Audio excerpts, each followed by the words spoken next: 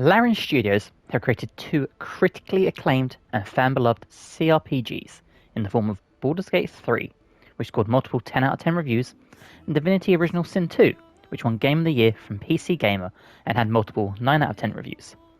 But which one of these is better? Obviously this is just my subjective view, but having played both games multiple times, let's discuss it. As always, let me know your thoughts below in the comments, and let's get started. The story.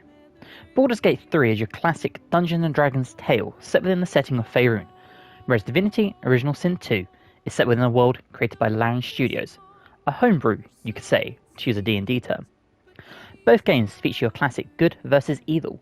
Baldur's Gate 3 has you and your party facing the Absolute and the Illithid invasion.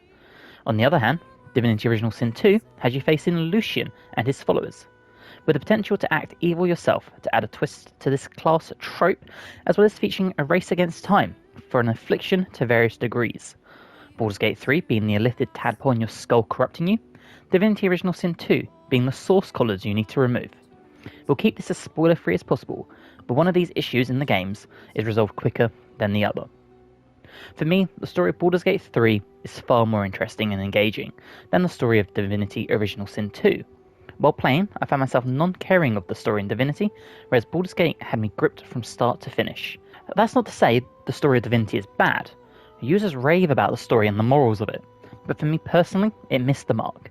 Unlike Baldur's Gate, which has been the first game in a long time I haven't wanted to put down, leading me to do multiple 8-9 hour streams by accident on this channel. For the story, I have to give this round to Baldur's Gate. Acts. Each game is broken up into acts. Baldur's Gate 3 containing 3 acts, Divinity containing 5. The acts of each game take you to a different region or map depending on how you want to phrase it. Again, we'll keep this spoiler free for anyone who hasn't played one or either game, but in my opinion, there is a big divide between Baldur's Gate and Divinity in regards to quality of the acts.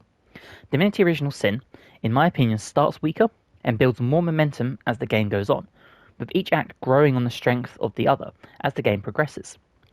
Baldur's Gate 3, I believe, has one of the best openings to a video game, let alone an RPG I've ever played, and the whole of Act 1, which for me was around 35 hours, was incredible.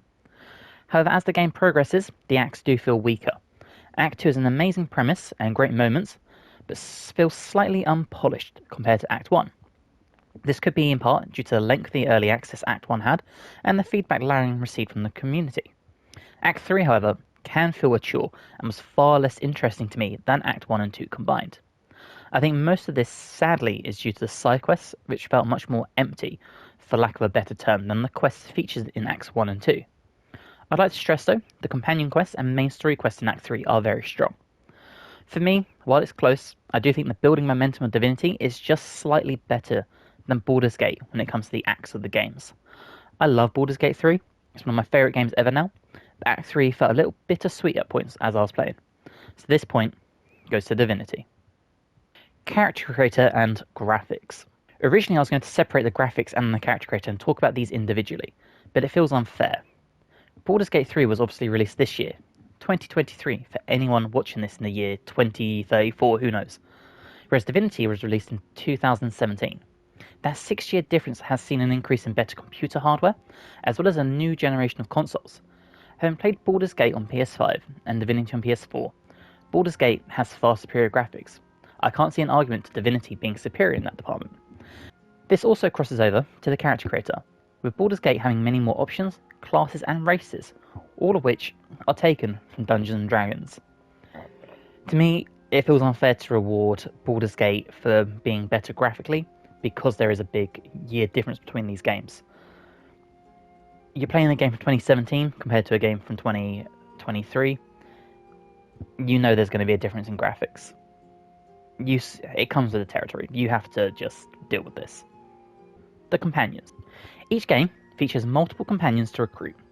Divinity features Thane, Ifan, Losi, the Red Prince, Beast, and Sibyl, whereas Baldur's Gate features Lae'zel, Shadowheart, Gale, Visterion, Halsin, Jaheira, Minsk, Minthara, Karlach, and Will. It should be noted you can choose to play as any of the Divinity companions as your main character, and multiple Baldur's Gate ones instead of making a custom character.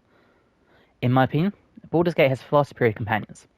Their side quests and personalities are far more engaging and interesting to me than Divinity's. The companion quests in Baldur's Gate are more interactive and engaging than in Divinity, and I find the companions invoke more of a reaction in me in Baldur's Gate than its counterpart. So while this point goes to Baldur's Gate, I don't think the companions in Divinity are bad. In my opinion, they're let down by the dialogue system. The dialogue system. Both games feature a dialogue system of a silent protagonist, something I personally love in an RPG, as it adds to my immersion and allows me to really put myself into games. But that'll have to wait. Are we going to help each other or not? Alright, let's get going. I'm dreading in. Shadowheart. One moment. Which is why Dragon Age Origins is one of my favourite games ever still to this point. Both games also feature a narrator, which adds to the overall story and narrative of both games, speaking on your thoughts the character is having, as well as dropping little tidbits of history or lore you as a player would know. You approach the dying monster. This is the thing that abducted you. You could end its life here and now, if only you didn't feel compassion.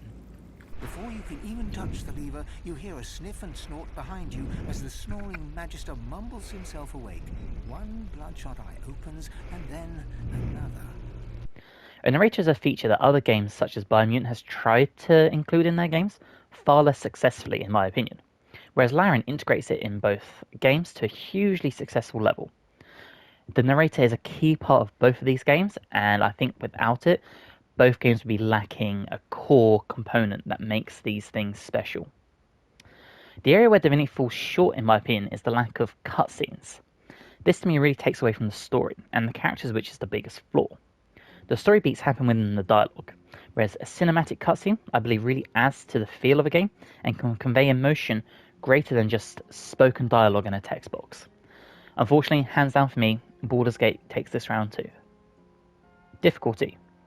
Now, for difficulty, there's not really a point to reward here. This is more just, not really a warning, but a heads up in how the games play. Both games have their difficulty spikes. One fight in Baldur's Gate, for example, took me almost 4 hours and multiple attempts to beat, much to my chat's enjoyment. I'm looking at you, Jörgir. Baldur's Gate is much easier to understand if you have a pre-existing knowledge of Dungeons & Dragons, as this is what the game is based on. As a D&D player myself, I found the game much easier during combat, as I had an understanding of spells, feats, class abilities, just to name a few. Divinity gave me a much harder time overall, with some fights, and Act 2 has an incredible difficulty spike that I personally struggled with. Like I said, there's not really a point to reward here. Both games have their difficult moments and spikes for sure, but both are very learnable, and even if you have to brute force your way through a fight with multiple attempts, it is possible. This in turn adds a very rewarding feeling when you finally conquer those enemies you've been struggling with. Final thoughts. So, I have to come clean if you've made it this far into the video. I personally don't enjoy Divinity Original Sin 2. I find it boring and uncompelling, but I absolutely love the combat system, and I could play that part of the game alone for hours upon hours. Baldur's Gate 3 on the other hand, I adore. It's without question my second favourite game ever, only slightly behind Dragon Age Origins. But does that mean Divinity is a bad game? Absolutely not. I've played it 3 times, and even went back and bought Divinity Original Sin after my first playthrough. And if you enjoy Divinity Original Sin 2 and you haven't played the original, please do so. It is amazing. But it is a game that I played co-op. So is this why I enjoyed it more than I should? Maybe so. But if you love Baldur's Gate and haven't played Divinity Original Sin 2, you should. And if, like me, you hated Divinity, go and play Baldur's Gate 3. So which one is better? For me, it's Baldur's Gate 3. But honestly, after watching this, I'd urge you to go and purchase Divinity if you haven't, and experience that, and vice versa.